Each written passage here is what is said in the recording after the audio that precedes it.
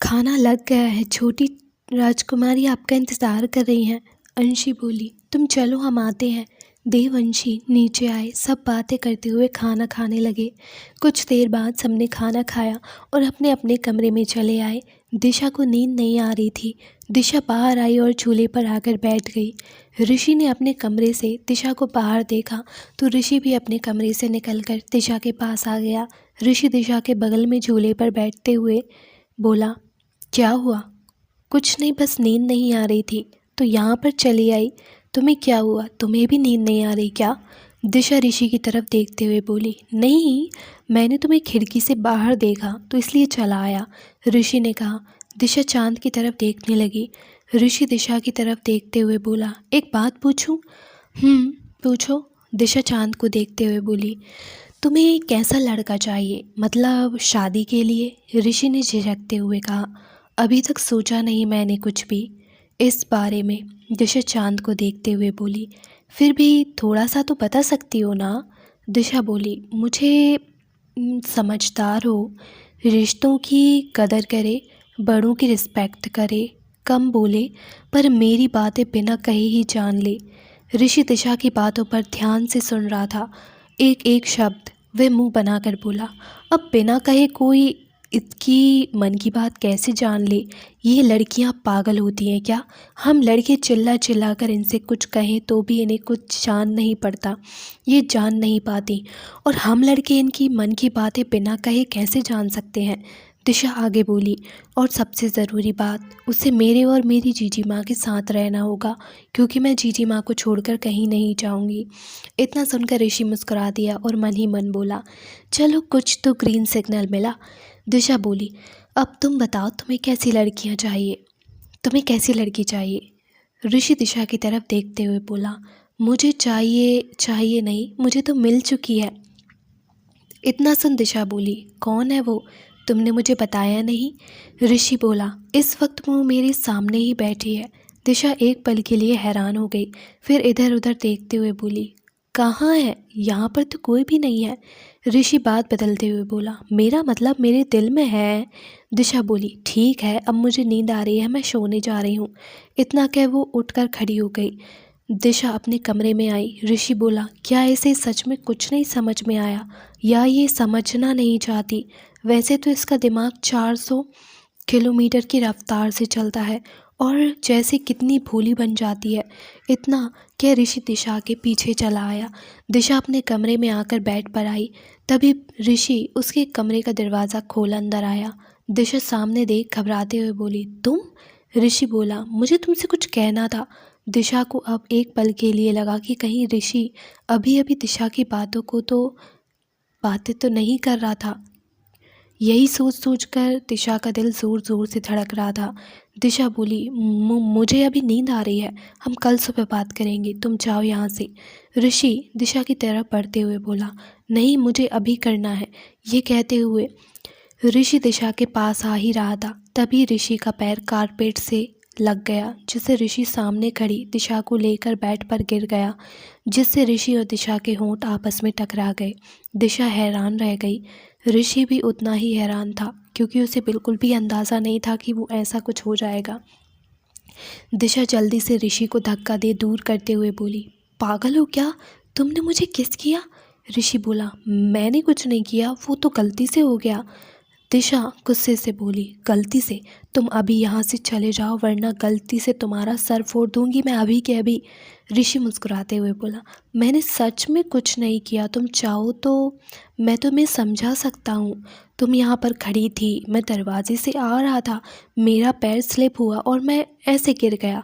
एक बार फिर ऋषि और दिशा बेड पर गिर गए और एक बार फिर ऋषि ने जानबूझकर दिशा के होंठों को अपने होंठों से छू लिया। दिशा को जब महसूस हुआ तो वो गुस्से से ऋषि को धक्का देते हुए बोली, पागल कहीं कि तुमने मुझे फिर से, मैं तुम्हारा सर फोड़ दूंगी। अक्ल नहीं है? अक्ल से ढक्कन हो कहीं के, मैं तुम्हें छोड़ूंगी नहीं। ऋषि पीछे होते हुए बोला, मेरी बात तो सुनो दिशा, मैं तुम्हें फिर से एक्सप्लेन कर सकता हूँ। इतना सुन दिशा का चेहरा गुस्से से लाल हो गया। ऋषि को धक्का दे कमरे से बाहर निकाल कर दरवाज़ा बंद कर दिया। ऋषि बाहर मुस्कुराते हुए दिशा मेरी बात सुनो, मैं तुम्हें फिर से एक्सप्लेन कर सकता हूँ। दिशा का दिल ज़ोर ज़ोर से धड़क रहा था, उसका मुंह लाल हो चुका था।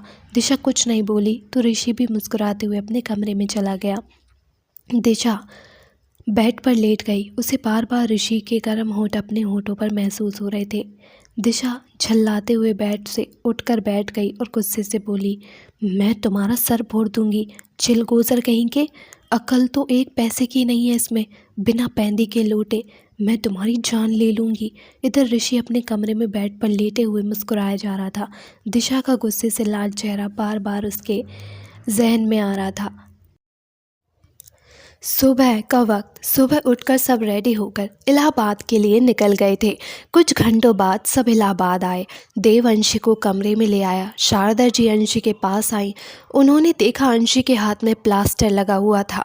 शारदा जी अंशी के बगल में बैठते हुए बोली, कितनी चोट आई है हमारी बच्ची को। अब कैसी हैं आप? आपकी तबीयत कैसी है बेटा? हाँ बिल्कुल ठीक है माँ। डॉक्टर ने कहा है कुछ दिनों में हाथ का प्लास्टर भी निकल जाएगा। शारदा जी बोली, हमारी ही गलती है बेटा, हमने भी आपको ज़बरदस्ती भेजा था ना वहाँ पर। शारदा जी के हाथों पर अंशी अपने हाथ रखते हुए बोली, माँ आपकी कोई भी गलती नहीं है और किसी की भी कोई भी गलती नहीं है। अब आप खुद को दोष देना बंद करें। इतने में दिशा कमरे में आई और अंशी के बगल में बैठते हुए बोली, जीजी माँ मैं नेहा से मिलने जा रही हूँ, मुझे कॉलेज के लिए नोट्स भी लेने थे। शारदा जी बोली, बेटा जाओ, हम हैं अंशी का ख्याल रखने के लिए। जी आंटी जी। इधर दिशा वहाँ से चली गई और ऋषि अपने ऑफिस में बैठा हुआ था। उसने अपना मोबाइल निकाला और किसी को कॉल कर दिया, कुछ अरेंज करने को कह दिया था। फ़ोन कट करके मुस्कुराते हुए ऋषि ने दिशा को फ़ोन किया। दिशा ने फ़ोन उठाया और बोली, हेलो। तो ऋषि बोला, कहाँ हो? मैं अभी बाहर आई हूँ, कुछ काम है क्या? ऋषि बोला, मैं क्यों पूछ रहा हूँ, क्योंकि भाभी ने मुझे तुम्हें घर लाने को कहा था इसलिए बस। ऋषि ने झूठ बोला था। दिशा बोली, हाँ मैं हनुमान मंदिर के पास हूँ, तुम वहीं रुकना, मैं अभी आता हूँ, मैं तुम्हें ड्रॉप कर देता हूँ। दिशा ने इतना कह फ़ोन कट कर दिया। ऋषि खुद से ही बोला, मैंने दिशा के लिए इसीलिए इतना झूठ बोला। सच कहते हैं लोग, प्यार में लोग अंधे हो जाते हैं और मैं झूठा हो गया हूँ। इतना कह ऋषि वहाँ से चला गया। कुछ देर बाद ऋषि दिशा के पास आया। दिशा गाड़ी में बैठी तो ऋषि ने गाड़ी रेस्टोरेंट की तरफ मोड़ दी। दिशा बोली, हम घर जा रहे हैं ना, तो तुम यहाँ पर क्यों ले आए? ऋषि गाड़ी ड्राइव करते हुए बोला, मुझे बहुत ज़्यादा भूख लगी है तो सोचा पहले कुछ खा लेते हैं फिर घर चलते हैं। ठीक है, दिशा ने कहा। कुछ देर बाद गाड़ी रेस्टोरेंट के बाहर रुकी। दिशा गाड़ी से उतर गई। ऋषि दिशा की तरफ देखते हुए बोला, तुम यहीं रुको, मैं गाड़ी पार्क करके आता हूँ। दिशा ने अपनी गर्दन हाँ में हिला दी और वहीं वेट करने लगी ऋषि का। कुछ देर बाद ऋषि गाड़ी पार्क करके आया तो सामने का नज़ारा देख हैरान रह गया। दिशा एक लड़के को मारे जा रही थी। दिशा उस लड़के का कॉलर पकड़कर बोली, अब बोल आई लव यू, एक बार में समझ नहीं आता तुझे? कहा ना जब नहीं करती प्यार तो ज़बरदस्ती प्रपोज करेगा मुझे, साले मुंह तोड़ दूंगी तेरा। ऋषि भागकर उसके पास आया और दिशा को उससे दूर कर बोला, शांत हो जाओ दिशा, क्या हुआ? दिशा उस लड़के को घूरते हुए बोली, ऋषि छोड़ो मुझे, मैं इसे छोड़ूंगी नहीं। इतना कि दिशा फिर उस लड़के को मारने के लिए लपटी, पर ऋषि दिशा को कमर से पकड़कर उस लड़के को देखते हुए बोला, अभी जा यहाँ से, अभी इतना मार खाकर तेरा मन नहीं भरा जो यहाँ रुककर और तसल्ली से मार खाना चाहता है। लड़का मिमियाते हुए बोला, सॉरी दीदी, आज के बाद आपको क्या, मैं खुद की पत्नी को भी आई लव यू नहीं बोलूँगा। इतना कह वो तेज़ कदमों से भाग गया। ऋषि दिशा का यह रूप देखकर डर गया था और दिशा को शांत कराता है और अपने मन में ही गुस्से करके बोला, ये तो मारने वाली गाय बन गई है। कहीं मैंने इसे प्रपोज़ किया और इसने मेरा उस लड़के जैसा हाल कर दिया तो ऋषि तेरी क्या इज्जत रह जाएगी इस समाज में। ऋषि ये सब सोच ही रहा था। दिशा रेस्टोरेंट के अंदर जाने लगी। ऋषि अपना सर पकड़ बोला, ऋषि बेटा आज तो तू गया, अगर दिशा ने मेरा प्रपोज़ल देखा, सरप्राइज़ देखा, तो वो तो मेरा सर फोड़ देगी या हो सकता है तलवार से मेरा गला भी काट दे। इतना कह ऋषि भागकर दिशा के पीछे गया। दिशा को सामने से रेस्टोरेंट के मैनेजर ने देखा, वेटर को इशारा किया। सामने कुछ वेटर गिटार बजाने लगे। अचानक से लाइट्स जलने लगी। दिशा जैसे जैसे कदम बढ़ा रही थी, गुलाब की पंखुड़ियाँ उसके पैर के नीचे पड़ रही थी। दिशा का चेहरा खिल गया था। काफ़ी शानदार डेकोरेशन किया गया था। दिशा एक रेस्टोरेंट के पास आकर बैठी, टेबल के पास आकर बैठी। उसे ये सब देखकर बहुत अच्छा लग रहा था। उसके दिल को कई दिनों बाद इतना सुकून मिला था। ऋषि भागकर वहाँ पर आया और देखा तो दिशा टेबल के पास जा चुकी थी। ऋषि खुद से ही बोला, अब तो तू गया बेटा, अब ये तुझे नहीं छोड़ने वाली। ऋषि आया तो दिशा उसे गुस्से से घूरते हुए बोली, तुम कहाँ थे और ये सब क्या है? ऋषि घबराते हुए बोला कि ये क्या है, कुछ भी तो नहीं। दिशा ऋषि की तरफ देखते हुए बोली, ये सब तुमने करवाया है? नहीं नहीं, मैंने नहीं करवाया कुछ भी। मैं क्यों करवाने लगा भला? इतना है, रेस्टोरेंट वालों को कोई गलत फहमी हुई है, हमें लगता है तुम यहाँ ले आए। इतने में एक वेटर आया और सर आपका ऑर्डर। ऋषि गुस्से से वेटर की तरफ देख कर रहा था तो वेटर चुप हो गया। दिशा को अब ऋषि पर बहुत गुस्सा आ रहा था। उसे तो एक पल के लिए लगा ऋषि ने ये सब कुछ उसके लिए करवाया है। दिशा का मूड एक बार फिर खराब हो गया था। वो गुस्से से वहाँ से उठी और बोली, तो अभी हम यहाँ क्या कर रहे हैं? चलो यहाँ से। जिसने भी ये सब टेबल बुक की है वो आता ही होगा। दिशा इतना कह दूसरी टेबल पर आकर बैठ गई। ऋषि ने अपने सीने पर हाथ रखकर लंबी लंबी सांसें लेने लगा। ऋषि दिशा के पास आया और बोला, तुम ऑर्डर करो, मैं अभी आता हूँ। इतना कह वो वॉशरूम चला गया। ऋषि आईने में खुद को देखते हुए बोला, वैसे तो अकेले में सोचता हूँ सब कुछ बोलूँगा, पर तुम्हारे सामने आते ही मेरी बोलती क्यों बंद हो जाती है? पर मैं आज तुम्हें अपने दिल की बात बता कर ही रहूँगा। ये बोलकर ऋषि आईने में देख कर खुद से बोला, दिशा, जब से मैंने तुम्हें देखा है मुझे नींद नहीं आती। मेरा मतलब जाने लगी है। क्या ऋषि सब क्या बोल रहा है यार तू? बस 3 वर्ड्स ही तो बोलना है, आई लव यू दिशा। ऋषि खुद को मोटिवेट कर कर बोला, तुझे दिशा के पास जाना है और दिशा से कहना है, दिशा मैं तुमसे बहुत प्यार करता हूँ, क्या तुम भी मुझसे प्यार करोगी? क्या क्या हो गया यार ऋषि? उस दिन तो बहुत आसानी से कह दिया था तूने यार, तो आज भी बोल देता यार। कुछ देर बाद ऋषि बाहर आया। दिशा ने पहले ही ऑर्डर कर दिया था। ऋषि आया और खाना खाने लगा।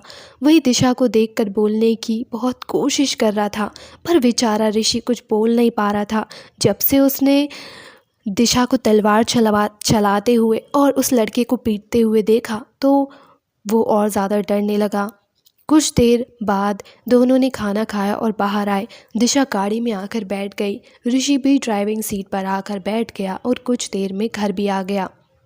दिशा अंशी के पास चली आई और वहीं कुछ देर बैठी रही। कुछ देर बाद देव भी ऑफिस से आया। सबने खाना खाया और अपने अपने कमरे में चले गए। देव कमरे में आया। अंशी बेड पर बैठी हुई थी। देव अंशी के पास आया और बोला, तुमने दवाइयाँ ली? अंशी ने ना में गर्दन हिला दी तो देव बैठकर दवाइयाँ निकालने लगा। अंशी देखकर बोली, हमें नहीं खानी दवा। देव अंशी की तरफ देखते हुए बोला, क्यों नहीं खानी दवा तुम्हें? अंशी मासूम सा मुँह बनाकर बोली, बहुत कड़वी होती है दवा, हमें नहीं खानी प्लीज़, हमारा पूरा मुंह खराब हो जाता है। अंशी ये क्या ज़िद है? और दवाइयाँ कड़वी ही होती हैं, मीठी दवाइयाँ कहाँ से लेकर आऊँ मैं तुम्हें? देव अंशी की तरफ देखकर बोला। अंशी गुस्से से बोली, हमें भी पता है दवाइयाँ कड़वी ही होती हैं, आपको बताने की ज़रूरत नहीं है, और हमने कहा ना हम नहीं खाएंगे तो बस नहीं खाएंगे। इतना सुन देव बोला, तुम्हें नहीं लगता तुम इस समय ज़्यादा ज़िद्दी हो गई हो? हर बात पर ज़िद करती हो। मैंने तुम्हें लगता है बहुत ज़्यादा सर पर चढ़ा लिया है। हाँ तो क्या, क्यों ना करूँ ज़िद? भूलिए मत मैं आपकी पत्नी हूँ और आपसे ज़िद करने का मेरा पूरा पूरा हक बनता है। इतना सुन देव मुस्कुरा दिया और बोला, अच्छा हक है? तो अंशी को अगले ही पल याद आया कि उसने क्या बोल दिया है। तो अंशी जल्दी से देव के हाथ से दवाइयाँ लेकर खा लेती है। तो देव अंशी की गोद में सर रख उसे पकड़ लेता है। अंशी देव को दूर करते हुए बोली, ये क्या कर रहे हैं आप? छोड़िए हमें। क्यों? अभी तो कहा तुमने ज़्यादा आ रही थी। मुझ पर हक जता रही थी ना, तो अब क्या हुआ? तो ये मेरा हक है, मुझे नींद नहीं आ रही है, मुझे सुलाओ ना। अंशी इस बार देव के सर को बहुत प्यार से सहलाने लगी। कुछ देर बाद देव को नींद आ गई। काफ़ी दिनों से देव को नींद नहीं आ रही थी सही से, लेकिन अंशी के हाथ उसके बालों में चल रहे थे। अंशी देव का सर सहलाते हुए धीरे से बोली, सोते हुए कितने प्यारे लगते हैं आप, बिल्कुल किसी मासूम बच्चे की तरह। आज पहली बार आपको इतना करीब से देख रहे हैं, वरना वैसे तो आप हर वक्त अपनी बड़ी बड़ी आंखों से डराते रहते हैं। ये बोलकर अंशी मुस्कुरा दी। वहीं धीरे धीरे एक हफ्ता बीत चुका था। अब अंशी के हाथ से प्लास्टर हट गया था, पर डॉक्टर ने अभी भी अंशी को कोई भी काम करने से मना किया था और बराबर मालिश करने को कहा। इन दिनों देव भी अपने कामों में काफ़ी ज़्यादा बिजी था। शारदा जी अंशी का पूरा पूरा ख्याल रख रही थी। अंशी को आज सुबह ही शर्मा जी का फ़ोन आया था। तब से ही अंशी बहुत परेशान थी। अंशी खिड़की के बाहर झांकते हुए खुद से बोली, हम कैसे कर सकते हैं ये? हमने बाबा और चाची को वचन दिया था कि हम रियासत संभालेंगे, फिर हम कैसे भूल गए ये सब? अंशी यही सोच रही थी, तभी शारदा जी दिशा कमरे में आई। शारदा जी बोली, बेटी अभी तक आप तैयार नहीं हुई? हमने बताया था ना आपको कि मिस्टर रंधावा के बेटे की शादी है, वहाँ जाना है। अंशी पीछे पलटकर शारदा जी की तरफ बोली, हाँ माँ, पर हमारा जाने का बिल्कुल मन नहीं है। इतने में दिशा बोली, क्या हुआ जीजी माँ? कुछ नहीं छोटी, बस हमें नहीं जाना। जीजी माँ, आपकी तबीयत ठीक है ना? हाँ छोटी, हमारी तबीयत बिल्कुल ठीक है, बस हमारा मन नहीं है कहीं जाने का। ठीक है, मैं भी आपके साथ ही रहूँगी, दिशा बोली। नहीं छोटी, आप लोग जाओ, शारदा जी बोली। दिशा ठीक कह रही है, आप अकेले कैसे रहोगी अंशी बेटा? माँ, अब आप सब लोग रेडी हैं तो जाइए, हमारी वजह से आप लोग रुकेंगे, हमें बिल्कुल भी अच्छा नहीं लगेगा। और हम ठीक हैं, कुछ ही घंटों की तो बात है, फिर आप लोग भी आ जाएंगे। अंशी के बार बार कहने पर शारदा जी मान गई और सबके साथ शादी में निकल गई। मिसेस रंधावा का घर दिशा हॉल में खड़ी थी। तभी वहाँ नेहा, दिशा की फ्रेंड आई। नेहा दिशा के कंधे पर हाथ रख बोली, दिशा। दिशा पीछे पलटकर देखी तो मुस्कुराकर, नेहा तू यहाँ कैसे?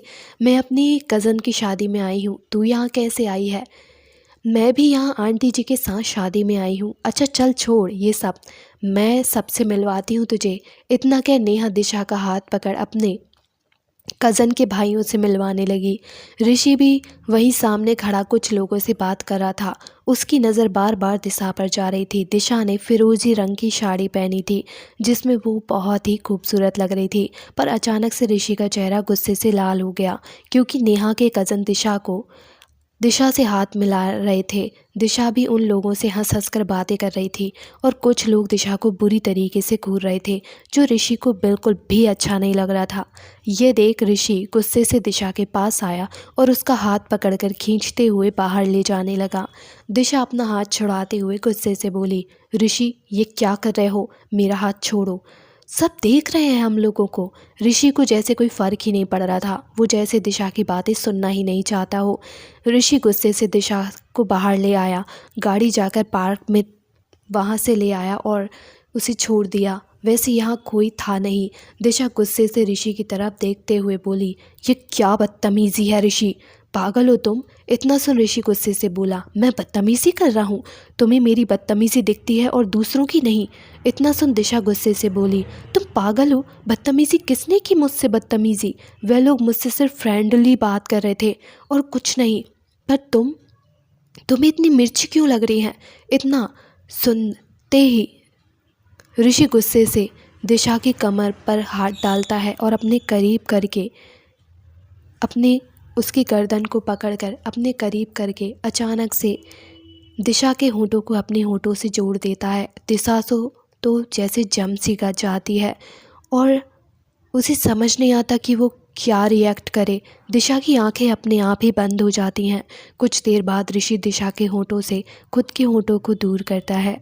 ऋषि दिशा को वैसे ही पकड़े हुए खड़ा था। दिशा ने अपनी आंखें खोली और ऋषि से खुद को छुड़ाने लगी, तो ऋषि ने उसे और कस के पकड़ लिया और गुस्से से बोला, अब समझ आ गया क्यों फ़र्क पड़ता है मुझे? अगर नहीं समझ आया तो मैं तुम्हें बताता हूँ। प्यार करता हूँ तुमसे। इतना सुन दिशा के कान जैसे सुन्न हो गए। दिशा हैरानी से ऋषि की तरफ देख रही थी। ऋषि उसके बालों को पीछे करते हुए बोलो, मुझे नहीं पसंद कि मेरे अलावा और कोई तुम्हें देखे और कोई तुम्हें छुए।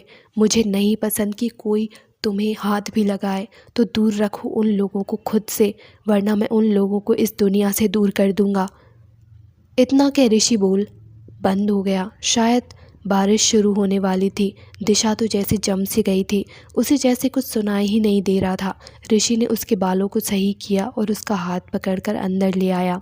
इधर अंशी महल में अकेली थी, उसे अच्छा नहीं लग रहा था, तो बाहर बगीचे में चली गई।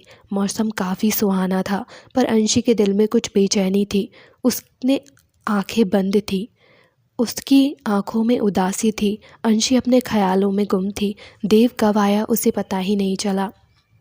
तभी पीछे से देव अंशी को शॉल उड़ाकर उसे कसकर पकड़ते हुए बोला, क्या हुआ? इतनी ठंड में अकेली यहाँ क्या कर रही हो? अंशी देव के अचानक से इतने पास आने से सिहर उठी। वो कुछ बोल नहीं पाई। देव अंशी के कंधे पर सर रख देता है। अंशी की आंखें नम थी। अंशी बोली, आप कब आए? देव उसे वैसे ही पकड़े हुए बोला, जब तुम कुछ सोच रही थी तब। चलिए हम खाना लगा देते हैं। इतना कि वो खुद को छुड़ाकर जाने लगी तो देव उसका हाथ पकड़ रोक लिया। इतने में तेज़ी से बारिश शुरू होने लगी। आज देव को ये बारिश बहुत अच्छी लग रही थी। अंशी पीछे पलटी तो देव अंशी के कमर में हाथ डाले उसे अपने करीब खींच लिया। बारिश तेज़ होती जा रही थी और उसके साथ अंशी के दिल की धड़कनें तेज़ हो रही थी। देव अंशी के छूने से जैसे पिघल रही थी। उसकी नज़रें झुकी हुई थी। देव का ठंडा हाथ अंशी की कमर पर था, जिसे अंशी बर्दाश्त नहीं कर पा रही थी। देव अंशी के गीले बालों को उसके कानों के पीछे करते हुए बोला, माँ और बाकी सब कहाँ हैं? कोई दिख नहीं रहा। देव को पता नहीं था कि शादी में ही गए हैं, फिर भी वो जानबूझकर अंशी से पूछ रहा था। देव को सब पता था कि वो लोग कहाँ गए हैं। अंशी देव की छुअन से बेचैन हो रही थी। उसके इतना करीब होने से काँप रही थी। अंशी नज़रें झुकाए बहुत मुश्किल से बोली, हाँ सब मिसेस रंधावा की बेटी की शादी में गए हैं। देव अंशी के गालों को अपने होठों से छूते हुए बोला, तुम क्यों नहीं गई? अंशी अब पूरी तरीके से काँप रही थी। उसकी आंखें बंद हो गईं और वो कुछ बोल ही नहीं पाई। देव के होंठ अब अंशी के गर्दन को छू रहे थे। वो चाह कर भी देव को खुद से दूर नहीं कर पा रही थी। अंशी ने देव की शर्ट को कसकर पकड़ लिया। देव अंशी के चेहरे की तरफ देखने लगा। अंशी आंखें बंद किए हुए खड़ी थी। देव अंशी के कांपते होठों के पास आया और अचानक से उसके कांपते होठों को अपने होठों से छू लिया, जिससे अंशी कांप गई और उसके होंठ कांपने लगे और शरीर भी।